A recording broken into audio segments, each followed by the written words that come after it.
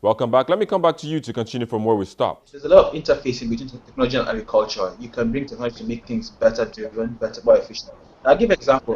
Department of Agric, he was able to enroll up to 6 million farmers in an e-wallet scheme, and through that, many of them were able to get input better for their farms, and had a lot of impact.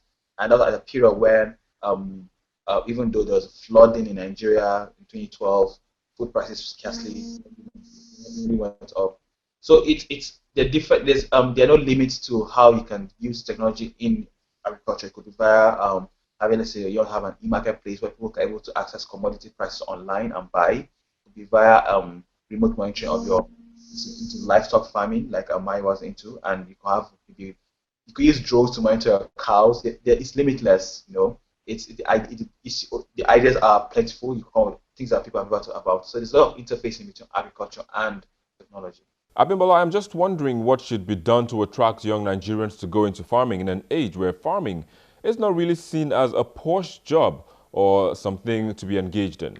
If someone had come to me and said so, I'll say, so wait, you want me to do manual labor? Is that it? So it's very difficult to persuade young people to go into farming. But the easiest way to persuade them is to use living examples. So if someone like Mayowa who came out straight from university and started a farm, if in 10 years' time, I'm going to assume he's going to be one of the most successful farmers in the country, or if not in the continent. And then you use him as an example. Oh, look at Mayowa, he did this. You could also use someone like Dangote as an example because people forget that Dangote made quite a lot of his money just from selling food stuff, if although they were processed food stuff, but it's still food. It's still food. So you could also use him as an example. It's better to use live examples because young people of today, all they understand is the money. How much is it worth to me? So if you can show them that there is an economic benefit into going into farming, then encourages them. Another thing is education. It's actually, even if you'll be surprised that there are quite a few people who want to get into farming, but they just don't know how to do it or how to go about it. So the key thing is to start educating the masses on how it is to get into farming. Like Mark was saying, the commercial banks are actually quite eager to get their hands on agricultural driven proposals, but nobody knows this. If we had like a good branding strategy on how to get all this information across to people, that there are opportunities there. You just have to come in, then they can come in. But it's going to be a very difficult battle. It's going to be very frustrating, and it will be hard to convince them. Although I think the best thing is if because someone said recently that agriculture has a very long value chain and there's a space for everybody within the chain. Maybe if we can try to make one part of the value, if we take it piece by piece, each part of the value chain, and focus on that, on those the advantages of each of those value chains one by one, then maybe we can start drawing people into agriculture. We need the media to bring out success stories of people that are into agriculture. We need much more of success story of people.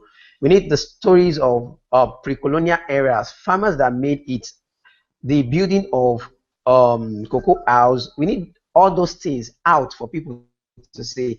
Now, agriculture is not a venture for it's not a penury venture at all. It's not a venture for the poor. I asked my little niece not long. I asked her, would you like to introduce me to your friend as my uncle is a farmer? She said, a farmer. No, I would like to say you're a businessman. We have to like stop this. And I think with that, more people would want to engage in agriculture either passively or actively. Just something to reiterate, like Abibola said, agriculture there's a lot of value chain in agriculture. There are many places you can step into play.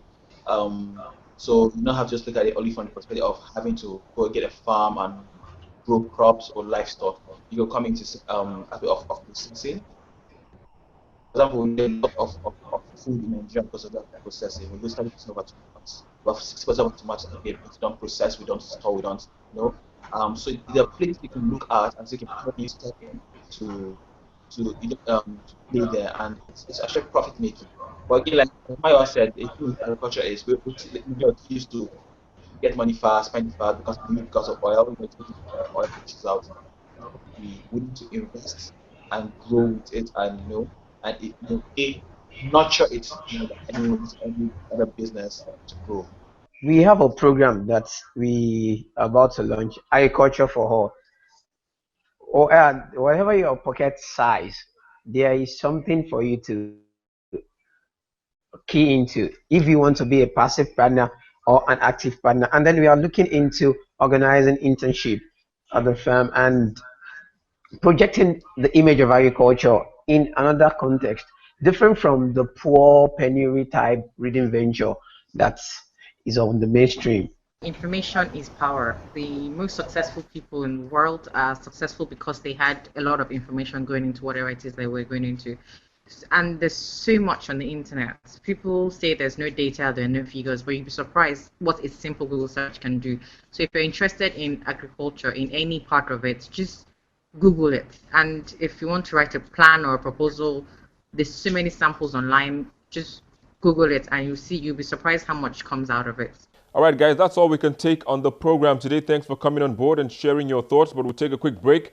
And when we return, we'll be joined by Queen Boehner, a farmer, to tell us more on this subject. Please stay with us.